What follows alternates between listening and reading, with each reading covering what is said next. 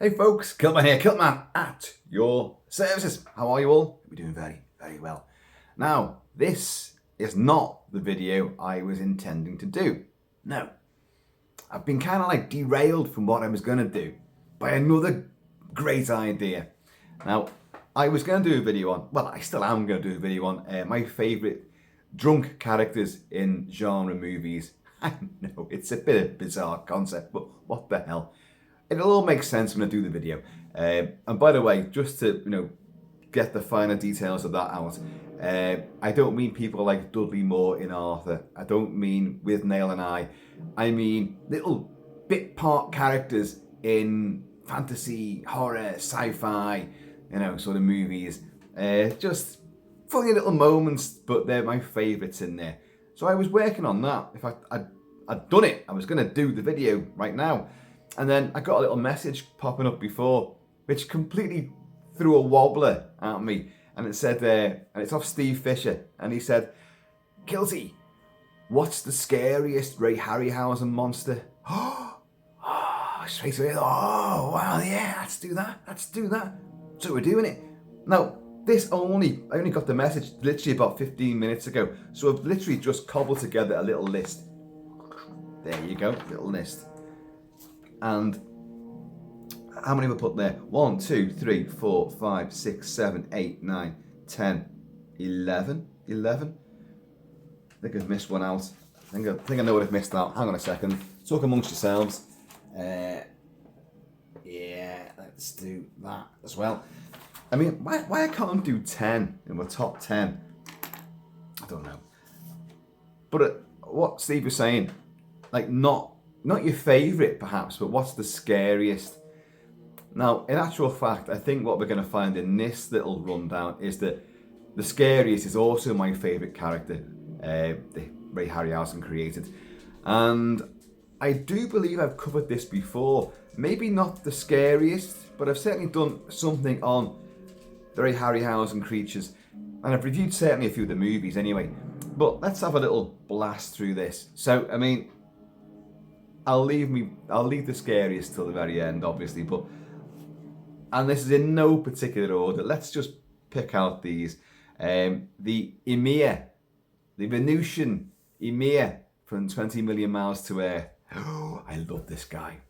And he genuinely is frightening as well. And he starts off little, he's reptilian.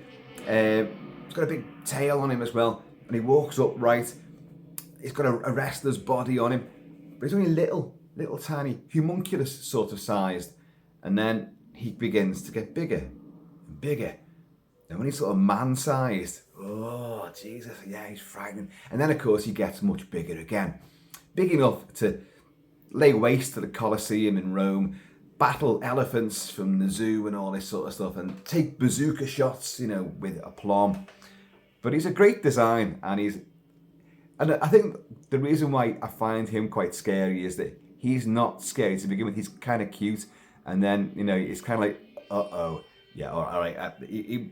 This was fine as a kitten, but now it's a full Bengal tiger. It's a little bit intimidating, and that's kind of the feel that you get with Emea. So he's scary. Oh God, Medusa. I think I'm playing the music now. This is the Lawrence Rosenthal's Medusa Q from Clash of the Titans. Not the greatest of Harryhausen's movies, have to say. I mean, the impact of Star Wars with Bubo, the clockwork mechanical robot owl. What? Why? But Perseus has to go to the Temple of Medusa. The Gorgon. Oh dear God. Listen to that. And with their head of writhing snakes, her recurved bow, her super slithery tail, and she slithers around the catacombs and the pillars. And Perseus has to use the mirror on his shield, because if one look from her eyes, it's petrifying.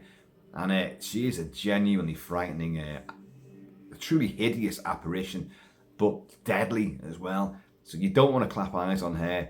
But it's a great design again. The wonderful thing about Harryhausen's stuff is that he injects so much character into these designs, and they are so full of life and very, animated. That's what they are. But it's the painstaking detail and work that he does into the movements and the expressions which give them this sort of otherworldly life. I mean, you know this stuff. We've loved it all our lives. But Medusa very definitely is terrifying. Okay, who we got next? Talos, the big guy, the man of bronze. There he is. One of the titans. Let's get onto his music. There we are. Oh, that's where Hercules and his mates come across all the statues of the titans, and there's Talos, crouched down, ready to pounce. Huge, made out of bronze, and foolishly they enter the temple of Talos and start ransacking the treasures within, and then you hear this ghastly sort of bronze creaking as Talos comes to life, because they are now infidels, and how dare they, blaspheme and take his stuff. So of course he goes after all the crew of the Argos, Jason and his Argonauts, and he only kills one person, which I always found massively disappointing. And that's only when Jason realizes, because the headpiece on the on the front of the boat. Oh, what's it called? Anyway, whatever it is, the figurehead. That's the one. Whispers to him and tells him, because it's the gods who are up there. One god's, throwing obstacles in his way in his quest, and the goddess is trying to help him out as well, but only giving him a few clues now and again. And she becomes the figurehead and whispers in his ear, "Look to his ankles. Look to his ankles. You'll find his undoing there." And kind of crazily, Talos, this big fella here, has a little sort of a little vent in his ankle. You could say an Achilles heel sort of thing. And using his spear, Jason manages to edge this thing open, and all this really horrible, sort of scummy blood-like fluid begins to pour out, and poor Talos begins to writhe and drops his sword, and he's choking. His lifeblood, his energy seeping out of him, pouring onto the sandy beaches there. And then he just cracks, shudders a moment, and then topples over and kills the guy that was with Hercules. And Hercules found a big golden hairpin, which is to make a great javelin, he says. And it's the wonderful Nigel Green playing Hercules. Still one of the best screen incarnations of the character. And but he's dropped it in their mad flight away from Talos. Let's get Talos' pounding music here. Come on, let's get on to this.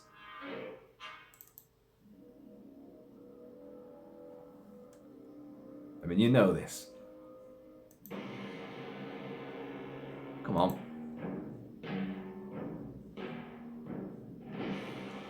He's striding across the beach, and like the Colossus of Rhodes, he strides across the river estuary, the sea, and on an outcropping of rock, and his foot on the beach. And of course, they're rowing towards him. And then when he stands there, they kind of go, "No, row back the other way." They're going to turn around, row back the other way. But he picks up the Argos and just shakes it. Shake, rattle and roll, and they all go tumbling out. But he only kills the one person. I always found that monumentally disappointing. And he is genuinely frightening. But he's at his most frightening when he just turns around and looks at these two, and then slowly gets off this sort of big bronze plinth that he's on, and regains his footing. Almost like I haven't been awake for centuries. There's my sword. Right, I'm gonna stomp you guys flat. How dare you! Awesome. Bernard Herrmann's fabulous score. You'll hear a lot of Bernard Herrmann because he scored the majority of Harryhausen's movies, and it is just fabulous stuff. So Talos is frightening, but kind of comes undone far too quickly, I would say. That music. Also in Jason and the Argonauts, we have the Harpies, who are making life an absolute misery for Patrick Troughton, who plays the blind prophet who's being tormented by these harpies on his little island, and they've got to go. Jason, they've got to go and see this guy to get the next part of the Odyssey, the quest. But first of all, they've got to stop these harpies from making this guy's poor life an absolute hell, because they nick all his food, and like they play around with him, and they beat him with his own stick and all this, like. But they're hideous. They're sort of man-sized, but they've got wings, and like have I got something here that looks a bit like them? Just trying to think. It's not a harpy, but it's got wings like a harpy, you know? And God, they're hideous. Again, there's a sort of the greenish sort of slimy look that Medusa has. They've got that look as well. This sort of horrible, decomposing, almost like lichen-covered stone, like gargoyles. They've got this sort of countenance, but they're hideous, and their faces and their ears and like the grins on their faces. Oh my God! But of course, they end up getting trapped by Jason and his men, and then they become the playthings, the slaves of what's his name? Oh, who does Patrick Troughton play? Menelaus? Menethilus? Mythological? I don't know what his name is. But this blind seer, they become his slaves. They're caged up by them, and he just chucks the scraps of food that he leaves for them.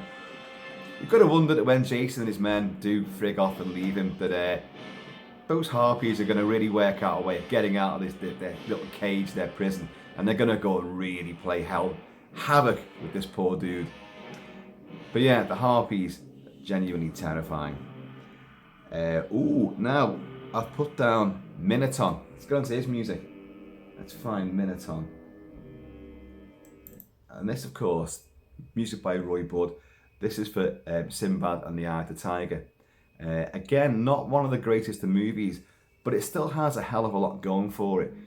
It's a Minotaur, the witch and her son, bring to life. Again, it's like this bronze Minotaur. They put like a sort of robotic heart into it.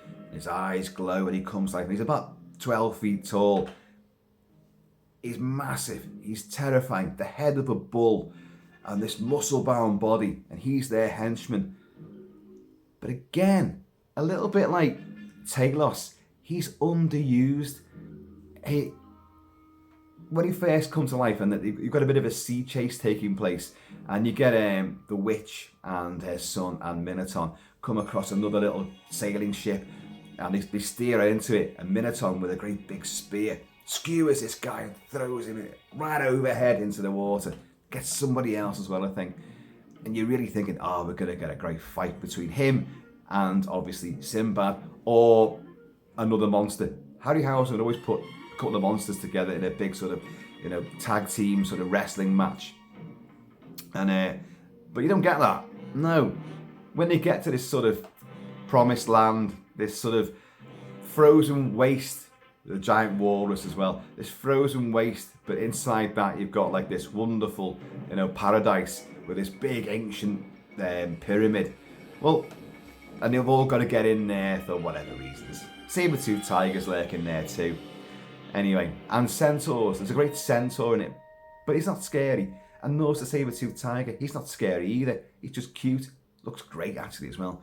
But Minotaur is genuinely frightening, but he gets wasted far too easily because he's so big. They try to find a way into his pyramid, so they use Minotaur and his mighty strength to bring this great big stone block out of the wall to give them an entrance into this thing.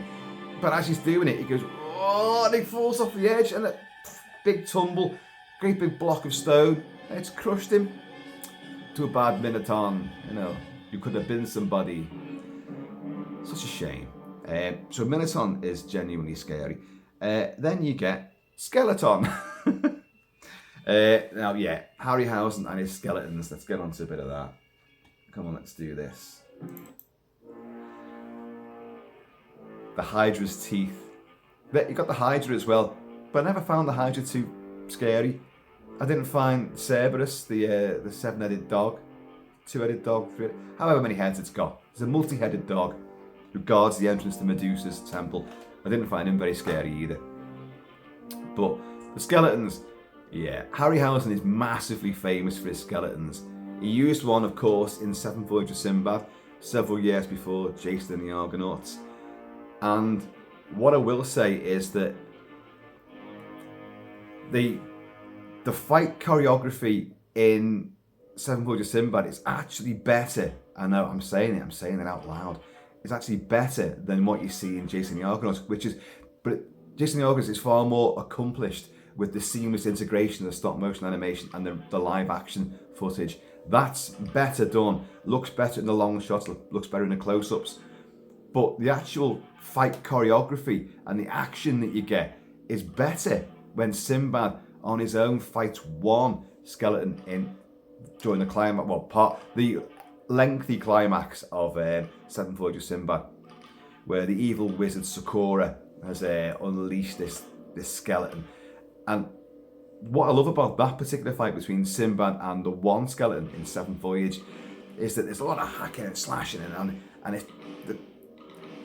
it's not as technically as accomplished as what you'd see in later years, but the violence in it is terrific. And it's a moment which I love, where Sinbad knocks the cutlass out of the skeleton's hand, and it's got a shield as well, and it goes like that, but straight away it takes the shield off of its arm and flings it like that straight at Sinbad. He's like, whoa, he has to duck out the way and hits all the sorcerer's potions and lotions and what have you on this shelf, and up smoke and steam and red liquids go everywhere.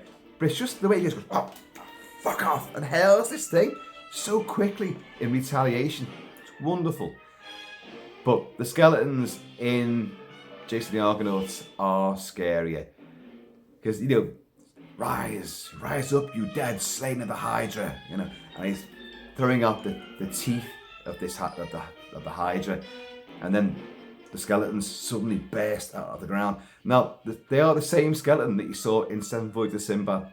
It's the same skeleton, just as more of them. So he's just one of the greater contingents of Skelly Bobs in Jason the Argonauts. But when they advance, you heard the cue before, they advance slowly on Jason and two of his Argonauts who are going to fight like a last-ditch sort of, tailgate action while everyone else escapes.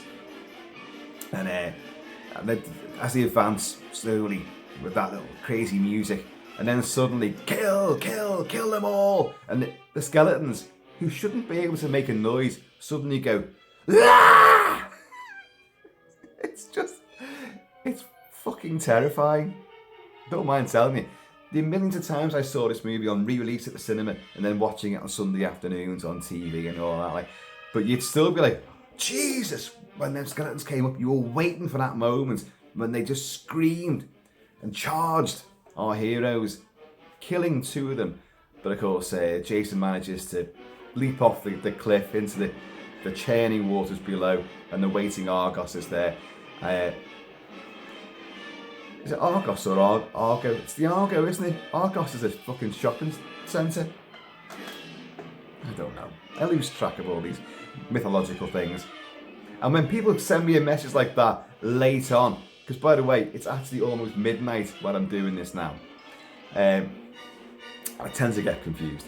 So the Argo is waiting for him there, but all the skeletons go over the edge as well. And yet, crazily, they fall apart in midair and just splash down as a clatter of loose bones. But they are wonderful. That's still that fight. Who have I put next? I've put the Centaur next. The Centaur from Golden Voyage of Sinbad. What is it now? Sinbad and the Eye of the Tiger. And yeah, I just said about a few minutes ago that he's actually quite cute and cuddly. But when you first see him, the Centaur, and he's got like a simian head, and he's carrying like a war club as well. And he's he's got the arms, and he's prancing around with the body of a horse, and the hooves are and he's like, ooh, like that. And he's swinging this sort of war club around. At first, he is quite intimidating. He's got a horn as well, if I remember rightly. And but he becomes kind of nice and playful and cute. And he'll end up scrapping with the saber-toothed tiger. But anyway, so who have we got next? Carly from The Golden Voyage of Sinbad. John Philip Law as Sinbad this time. Tom Baker playing evil wizard Cora. Is it Cora? Something like that. And again, you bring in a lot of like Hindu mythological stuff into this movie, and Carly, the stone statue, comes to life and battles Sinbad and his men in this subterranean cave. Oh my God, this temple, it's fabulous. And again, the choreography, and it's got like a completely emotionless face, but it's got all these arms wielding swords. And the choreography is great as well, like, and it's battling all these men who are coming at it from every angle, sending them flying, stabbing a few. It's wonderful. And again, it's scary because, well, it's big, it's powerful, it's got a lot of swords, and it's just got this emotionless face. And I think the eyes are actually closed, if I remember rightly. So it's like you can't even see, which is like it makes it even more creepy for some reason. But another great character. Calibos from Clash of the Titans. Now, he did scare me, actually. Now, Calibos is, well, it's meant to be, it doesn't have any basis in the myths, the Greek myths. He's actually from Shakespeare's, is it The Tempest, with Caliban, and they call him Calibos in this. And he's hairy, sort of wiry hair, fuzzy face thing. And but he loses a hand as well. He's got a tail. He's quite muscle bound. He's got a face of a demon, a big fairy demon, and he's got little horns as well, which obviously lend credence to the demonic, look about him. Lost a hand, but he's still an evil bastard with a massive chip on his shoulder. But the thing about this guy is that in the close-ups, when you see him moving about, he's a stop-motion creature, and he's not that frightening. So really shouldn't allow him in this little list, because when you see him up close, it's actually an actor. Neil McCarthy played him. I've written Neil McCarthy, I hope that's right. So in close-up shots, when he speaks as well, you've got him in elaborate makeup. Now that looks frightening to me, far more so than the actual stop-motion creature that Harryhausen crafted.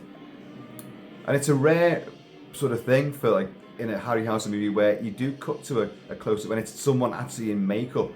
So I guess we can't really count on that then, can we? Because he's scary as an actor in makeup, but not as a Harryhausen stop-motion animation. There you go.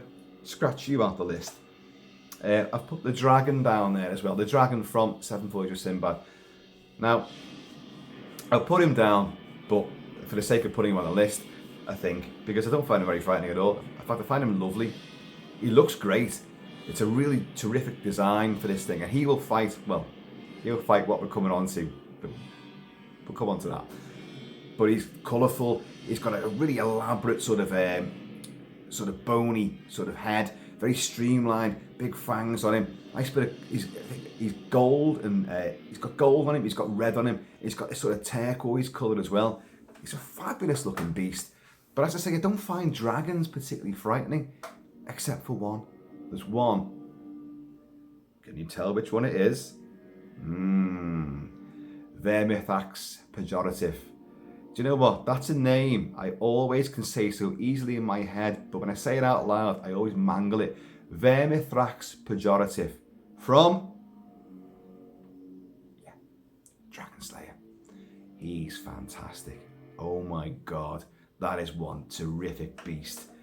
And the thing about the one in Seven Voyages of Sinbad, you see him because he looks after Sakura's hidden temple, his laboratory, his sorcerer's den, where he has all his prisoners and whatever, his treasures, and mixes his potions and what have you. He has this dragon guarding the entrance to it, and it's on like a chain. So, but you can wind. It's like sort of a winch thing. You can pull it that way, and it pulls the dragon in, so you can walk past him. But when you want him guarding it again, there's the one on the other side. So you let the chain loose again. And when Sinbad first infiltrates this place, there's flame coming out of it, which it does only in that moment. So when it actually gets freed to go and fight another beast, we're coming on to him, don't you worry. And he's chasing Sinbad and the lovely Princess Parissa, who's now got to full size again. She was shrunk down to little size so she could fit inside the genie's lamp. He forgets to use these flames, and you could breathe fire, mate. Do that. And of course they bring him through onto the beach where his men have this huge crossbow. And I always feel sorry for the dragon, because I like dragons, and I don't find them that horrific or that scary, apart from Vermithrax. Pejorative. Did well that time. And he gets a crossbow bolt on him, but it takes a while to die. And a bit like Talos falling on Hercules' mate in Jason the Argonauts, the dragon falls on Sakura, kills him, but then it manages to lumber on a bit more and then die on the beach as they're all making their getaway. I felt that sorry for it. Other big critters, the Kraken from Clash of the Titans. No, big lumbering, stupid, amphibious jackass. No, I don't rate it at all. It's a great design, but I don't find it frightening at all. And release the Kraken and all that, like. And you got that really badly sort of superimposed guy who's opening the gates down below, under the waves, like, and these big gates open and this thing comes out, like. It's no, as I say, the only real sequences in Clash of the Titans that I actually enjoy are the bits with the Gorgon, Medusa. Otherwise, I'm not smitten with it at all. Good design on the Kraken, but nah, I'm just here for the crack, mate. But anyway, so by the way, what you're hearing there is the Beast from 20,000 Fathoms. And that is, that's, again, he's not very frightening. He's a reptile-like creature, a big throwback dinosaur sort of thing that goes storming down the streets. And you've got like the famous shot of is it a New York copper with a Tommy gun? It's like he walks foolishly down the street towards it and just goes, and it just like flattens him or something. Oh God, big mistake. But you also had It Came From Beneath the Sea, which is a cephalopod, an octopus, a giant octopus, which climbs up the Golden Gate Bridge, and its tentacles will actually crush people on dry land. But if you're on dry land and you just move in half a mile, say, you're okay. So he's not really a threat, really, this giant octopus. However, you do have, when is it now? Have I put any of that music on? It would appear I haven't. Just one second. Oh yes, I have. I have the octopus from the end of Mysterious Island. I love Mysterious Island, but it's not a very threatening, frightening movie. Yes, it's a giant bee in there. We've got a giant chicken as well, and I just don't get it. There's not really much in the way of threat until when they meet, what's his name, Captain Nemo, and they go underwater, and you've got this giant sort of, it's got like a sort of sea snail shell on the back of it, but it's a giant cephalopod, it's a giant octopus, and it's picking people up, and it's because it's lit so sort of mysteriously and full of foreboding, and it's underwater, and it's got these big eyes on it, like, and these tentacles, and it's friggin' terrifying. So yeah, actually that's a bloody good one. And weirdly enough, I didn't write that down. So this list of 12 has now become 13, but then again, we did take off the centaur, didn't we? So, yeah. And I think we took off Calabos because it's a guy in makeup. Oh, I'm losing track of this list. But anyway, so this guy, the big octopus at the end of Mysterious Island, is phenomenal and genuinely frightening. I don't like things with tentacles. And the thing about this, why this is more frightening than the one in It Came From Beneath the Sea, is because they've gone down into its environment. So they're stuck there. They've got to fight this thing. Whereas in It Came From Beneath the Sea, it's it can't really do much on land, and most of the film takes place with people reacting to it, coming out the water and just reaching about and smashing things over and trying to crawl up the Golden Gate Bridge. Good luck with that one, mate. Where do you think you're gonna go? You know. Anyway, let's get on to my favourite. My favourite, who is also, in answer to Steve's question, also what I think the scariest of Harryhausen's monsters. It is that guy there, the Cyclops from 7th Voyage with Sinbad. Let's get on to his music again. Oh God, the Island of Colossus. I've reviewed this movie extensively already, I know. But, and I think you've seen that figure before. But, God, he's terrifying. His cloven hooves, his fairy pants he's got on, his mottled skin with all lumps and bumps all over it. He's got that horn, the big central horn and two of the little horns. And he's got, well, those horrible, horrible finger things. Look at him. He's there, like big 3 horrible fingers. And, of course, one eye, Cyclops, Cyclopean. I called them horns there, didn't I? They're actually big pointy ears. But look at his mouth and his big fangs. He's friggin' terrifying. As a kid, oh God, I loved this movie. But I was filled with so much dread and like just every sense of foreboding. Every time they got near the island and Bernard Herrmann's music would kick in. Oh, it's raucous. It's just horrible. And they find that, of course, like, there's more than one Cyclops on the island. Big gang of them, like. And when they get humans, you know, they put them in little wooden cages and then pick them out. And Sinbad's busy mate, Harufa, bless you, gets put on a spit. Oh, and he's turning around and he's cooking him. And if you look in that sequence, he licks his lips. He goes, and he's with one eye. He's like, It's absolutely bloody intimidating and repulsive and frightening. He's a shocker of a creature. Don't you fall over.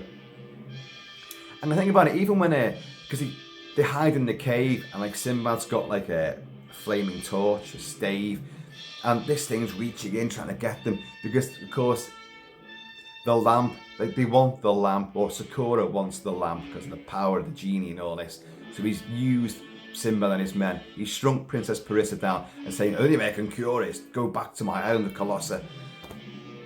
And he's crafted this, well, designed this big crossbow primarily to kill the Cyclops, although it ends up killing his own dragon, you know, and his own dragon ends up killing him. But they have hoards of treasure, the Cyclops. So these dickheads go in there, start stealing all the stuff, and he just rips apart the roof of his own little treasure cave. Whoa, and he starts picking them all up and putting them in this cage. Oh, it's horrible. It's so fucking horrible and barbaric. But when they hide in this cave afterwards, after some of them escape and all this, and like the Cyclops is like coming in like that. A bit like, what's his name? Patrick Moore from Sky at Night. I can see Uranus tonight. And Sinbad jabs it in the eye and he goes, whoa, like that. And it burns his eye. Oh, it's like, and you're like, oh, Jesus. But even, he's still just as scary. I mean, he's like that. He's reaching round for them. He's not going to give up. And he just keeps on pursuing them.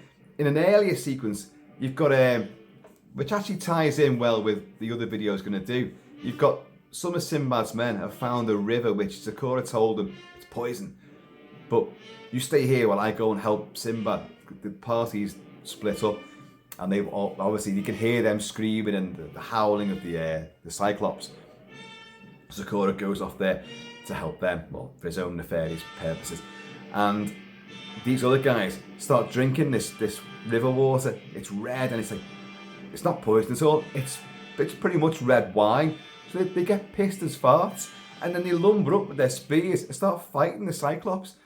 The Cyclops picks up a tree and just starts squashing them. Doosh, doosh. And they're like, ugh, they're all crippled on the deck. Throws the tree over, it crushes another guy. So all these poor drunkards, and these were going to be part of the other video, as it happens. how these things seem to tie in. I'm always amazed at how that happens. I love connections. I love spotting connections and things. Anyway, but they all get killed. These drunk dickheads. Oh, it's a Cyclops. I'll take him out, no worries. But yeah, the Cyclops, mate. That's it, Steve. That is the one that terrifies me most of all. The great design on him. Incredible music from Bernard Herrmann, which truly personifies his evil, his savagery, the bestial quality that he has. He's cooking people alive. Oh God, and licking his lips in anticipation of chewing down on their soft human meat. Oh dear God Almighty! And just so the way they move as well, the way they stride across on these sort of fairy legs and cloven hooves, and they go out into the sea as well. When you first encounter one, right at the start of the movie, when they arrive at Colossus for the first time to take on board supplies and rations, and they encounter Sakura running like crazy across the beach with he's got the lamp, and this thing's lumbering after him. I want it back. But it runs into the sea as well, and it looks great standing in the sea right up to its waist. So obviously it's quite deep, because these things are about, compared to a man, what are they?